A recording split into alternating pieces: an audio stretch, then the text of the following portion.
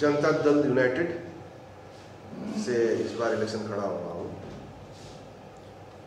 Sir, आपका against में जो सिटिंग एमएलए है तुमके महाराज जी, वो भी है, तो आप उनको किस मुद्दे पर आप इलेक्शन लड़ रहे हैं सर? ताकि आलो एरिया जो हो गया पूरा एरिया, तो ये जो चीज़ है इसके लिए तो जिम्मेदार जो हमारे जो अभी फ़िलहाल जो एमएलए रह चुके हैं डिसोल्यूशन पहले, उन्हीं को ही उनको ही मैं दोषी ठहराऊंगा ये जो हालत है आलो एरिया का। और दूसरा जो मुद्दा है वो है कि मैं हमेशा बताता हूँ कि मैं एमएलए बनने के लिए आ रहा हूँ, ठेकेदार बनने के लिए नहीं, कॉन्ट्रैक्टर बनने के लिए नहीं। और मेरे और उनमें यही फ़र्क है कि वो कॉन्ट्रैक्टर बनने आ रहे हैं और मैं जो है मेंबर ऑफ लेजिस्लेटिव असेंबली बनने के लिए आ रहा हूँ। तो ये फ़र्क है मेरे और उनमें। और ठेकेदारी करके बहुत उनका जो कार्यकाल हुआ है उसमें काफ़ी दुर्घटना भी हुआ है, जिसका मैं जिक्र करना नहीं चाहूँगा, लेकिन जो भी हुआ था वो ठेकेदारी से ही रिलेटेड है। ठेकेदारी के कारण ही वो जो कांड हुआ था वो उसी के बदौलत, उसी के कारण हुआ था। अब आज बीजेपी की काफ़ी हमने देखा, काफ़ी जन समर्थन था, मोदी जी आए और कई बहुत ज़बरदस्त भीड़ थी, लोगों का समर्थन है बीजेपी पे, कहीं ना कहीं लोग बीजेपी को सपोर्ट कर। आप क्या कहेंगे?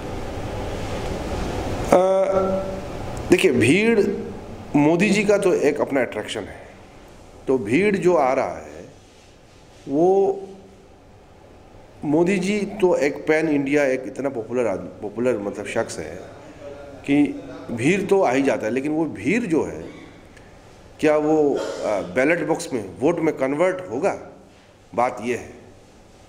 तो मेरा तो ये मानना है कि बशर्ते एमपी इलेक्शन में वो जो मोदी का जो अट्रैक्शन है वो शायद हो, लेकिन हमारे यहाँ एमएलए इलेक्शन में there are so many local issues involved कि उससे कुछ फ़र्क नहीं पड़ेगा। लोकल इश्यूज कितना ज़्यादा है कि उसमें कोई फ़र्क नहीं पड़ेगा। हाँ, एमपी इलेक्शन में शायद कुछ उसमें फ़र्क पड़े, बट मुझे नहीं लगता बहुत ज़्यादा फ़र्क पड़ेगा, लेकिन कुछ फ़र्क पड़ सकता है। रोडें ठीक नहीं है, इंटरनेट कनेक्टिविटी नहीं है, आलो वेस्ट में क्या क्या काम की जरूरत है, किस प्रकार आप काम करेंगे? ना पानी की सुविधा यहाँ पर दी जाएगी? काम करना क्या है, क्वेश्चन ये नहीं है। प्रश्न ये है कि ए से लेके जेड तक पूरा ही काम करना है। कुछ भी काम इसमें ऐसा, बिजली, सड़क, पानी, अस्पताल, आपका मोबाइल नेटवर्क, मतलब आपको जीरो से स्टार्ट करना पड़ेगा, ये हालत हो गया है। तो एक ज़माना था कि आलो जो है शीर्ष पे था, नंबर, आप मान लीजिए अगर 1 से 10 का स्केल होगा तो आलो 10 में था और आज आलो 0 में है। तो इसके लिए जिम्मेवार कौन है वो आप लोग ही अपना अंदाज़ लगा लीजिए। मनी पॉलिटिक्स चलती है यहाँ पे, पैसों का लेन देन या कोई पार्टी के हिसाब से आपको मनी पॉलिटिक्स चलती है। आपसे भी डिमांड करते होंगे लोग कि बिना पैसे के हम वोट नहीं देंगे, ऐसा भी अरुणाचल में देखा, मनी कल्चर हो जाता है। आप क्या कहेंगे? देखिए, ये प्रथा तो यहाँ पे, क्योंकि प्रॉब्लम यहाँ पे ऐसा है कि हमारा जो कॉन्स्टिट्यूंसी है बहुत छोटा कॉन्स्टिट्यूंसी है। आपका एक कॉन्स्टिट्यूंसी में 10,000, 12,000, 13,000 वोटर्स हैं।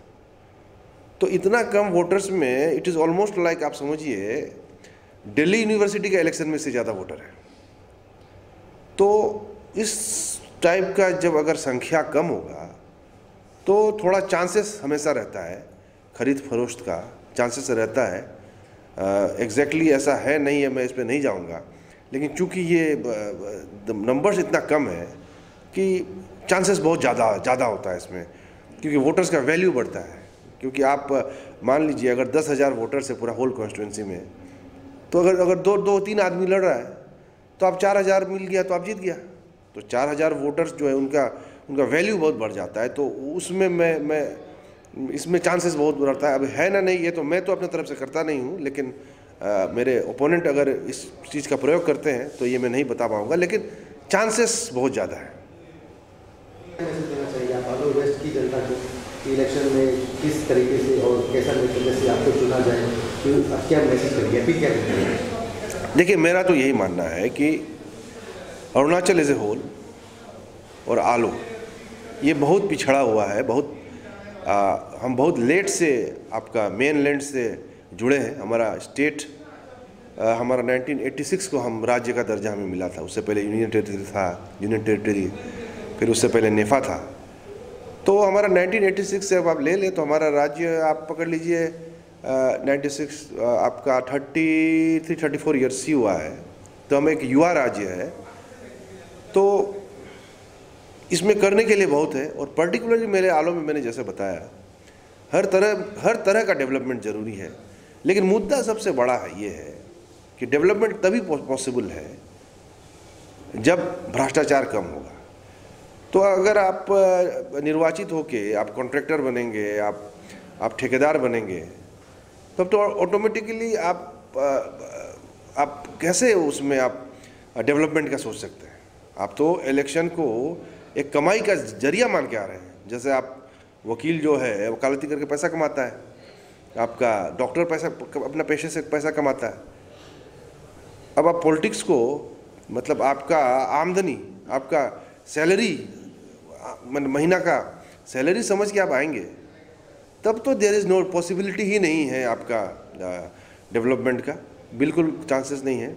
तो मेरा वही है कि मैं बनने के लिए आया हूँ एमएलए, और मेरे पिताजी भी मंत्री रह चुके हैं 1995 से लेकर 2004 तक।